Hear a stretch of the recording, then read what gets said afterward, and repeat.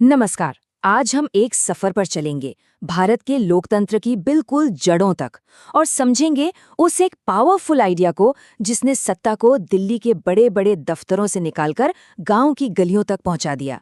जी हाँ, ये कहानी है लोकल पावर की, यानी स्थानीय स्वशासन की।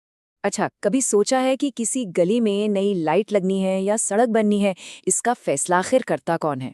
जरा सोचिए, क्या हो अगर ये फैसला लेने की ताकत उन्हीं लोगों के हाथ में आ जाए जो उस गली में रहते हैं। चलिए आज इसी दिलचस्प आइडिया की गहराई में उतरते हैं। तो ये जो पूरा आइडिया है ना, इसकी शुरुआत होती है एक बहुत बड़े सपने से, स्वशासन का सपना।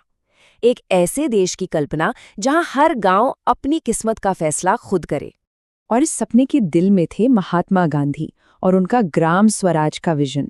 वो मानते थे कि सच्चा लोकतंत्र पार्लियामेंट से नहीं बल्कि देश के हर एक गांव से शुरू होता है, क्योंकि असली भारत तो गांवों में ही बसता है ना? अब इस बड़े से आइडिया को एक नाम दिया गया, लोकतांत्रिक विकेंद्रीकरण।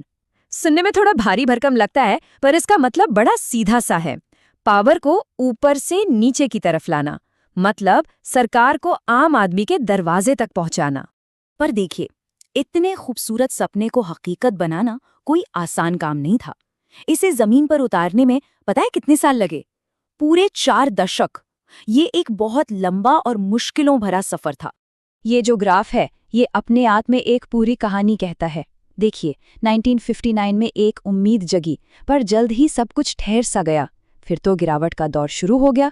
एक वक्त पर लगा कि ये सपना शायद टूट ही जाएगा, लेकिन फिर बिल्कुल एक फीनिक्स की तरह ये आइडिया दोबारा जिंदा हुआ और 1992 में अपनी मंजिल तक पहुंच गया। तो आखिर दिक्कत थी क्या? असल में शुरुआत में हमारे संविधान में ग्राम पंचायतों की बात तो थी, आर्टिकल 40 में, पर वो सिर्फ एक सलाह जैसी थी, कुछ सख्त कानून नहीं। मतलब इसे लागू करना है या नहीं, ये पूरी तरह से राज्यों की मर्जी पर छोड़ दिया गया था। इस लंबे सफर में कई कमिटियों ने रास्ता दिखाने की कोशिश की। 1957 में बलवंत राय मेहता कमेटी ने 3 लेवल के सिस्टम का ढांचा तैयार किया। फिर 1977 में अशोक मेहता कमेटी ने जोर देकर कहा कि इस सिस्टम को संवैधानिक मान्यता मिलनी चाहिए। और आखिर में 1986 में LM सिंघवी कमेटी ने साफ साफ कह दिया कि भाई, जब तक इसे संवैधानिक दर्जा नहीं मिलेगा, ये सपना कभी पूरा नहीं हो सकता। और फिर आया वो ऐतिहासिक पल जिसे कुछ लोग भारत का नया मैग्ना कार्टा भी कहते हैं। ये जमीनी लोकतंत्र के लिए एक असली संवैधानिक क्रांति थी। वो साल था 1992। इसी साल हमारी संसद में 73वें और 74वें संविधान संशोधन पास किए और बस भारत का लोकतंत्र हमेशा हमेशा के लिए बदल गया। इस 73rd संशोधन ने पंचायतों को संवैधानिक दर्जा दे दिया। अब वो सिर्फ कोई पॉलिटिकल एक्सपेरिमेंट नहीं थी, नहीं, अब वो कानूनन जरूरी, ताकतवर और पक्की लोकतांत्रिक संस्थाएं बन चुकी थीं। इस नई व्यवस्था की बुनियाद 4 मजबूत पिलर्स पर रखी गई। पहला, गांव से लेकर जिले तक 3 लेवल का ढांचा। दूसरा, हर 5 साल में पक्के तौर पर चुनाव, और इन चुनावों को ठीक से कराने के लिए स्टेट इलेक्शन कमीशन और पैसों के बंटवारे के लिए स्टेट फाइनेंस कमीशन का गठन। लेकिन शायद इस पूरे बदलाव का सबसे क्रांतिकारी पहलू था महिलाओं के लिए आरक्षण। जी हाँ, कानून ने ये पक्का किया कि कम से कम 1/3 सीटों पर महिलाएं ही चुनकर आएंगी। इसने लोकतंत्र में उनकी भागीदारी का एक बिल्कुल नया दरवाजा खोल दिया। और कहानी यही नहीं रुकी।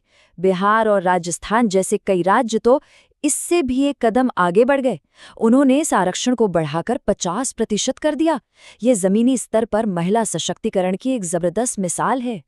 तो ये तो हुई कागज की बात, जो सुनने में बहुत अच्छी लगती है, पर असली सवाल तो ये है कि जमीन पर हकीकत में ये सिस्टम काम कैसे करता है। चलिए अब इसे देखते हैं। देखिए, इस पूरे सिस्टम की जो जान है, जो दिल है, वो है ग्राम सभा। और ये ग्राम सभा क्या है? ये कोई कमेटी नहीं है, ये है गांव के सभी वोटर्स एक साथ। ये वो जगह है जहां असली डायरेक्ट डेमोक्रेसी होती है, जहां लोग सीधे अपनी योजनाओं पर बात करते हैं और फैसले लेते हैं। लेकिन हाँ, रास्ते में चुनौतियां भी कम नहीं हैं। इन्हें समझने का एक आसान तरीका है 4 F's। पहला F, फंक्शंस। क्या पंचायतों को वाकई में जरूरी शक्तियां दी गई हैं? दूसरा F, फंड्स। क्या उनके पास अपना काम करने के लिए पैसा है? तीसरा F फंक्शनरीज, क्या उनके पास मदद के लिए ट्रेंड स्टाफ है? और सबसे जरूरी फंक्शनैलिटी, क्या ये सब मिलकर जमीन पर कोई असर डाल पा रहे हैं?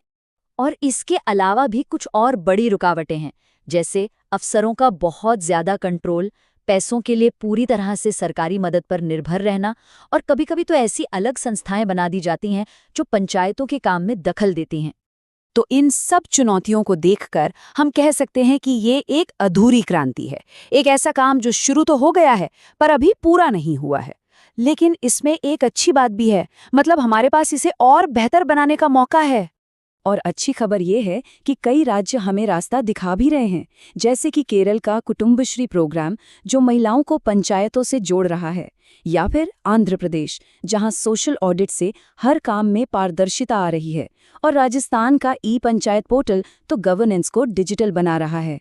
तो कुल मिलाकर बात यह है कि स्थानीय स्वशासन सिर्फ एक सरकारी सिस्टम नहीं है, ये लोकतंत्र को हर एक नागरिक तक, हर एक घर तक पहुंचाने की एक लगातार चलने वाली क्रांति है। और ये पूरी कहानी हमें एक बहुत बड़े सवाल पर लाकर छोड़ देती है कि इस पावर को, इस ताकत को लोगों के और भी करीब, और भी पास ले जाने के लिए हमारा अगला कदम क्या होना चाहिए। इस पर सोचिएगा जरूर।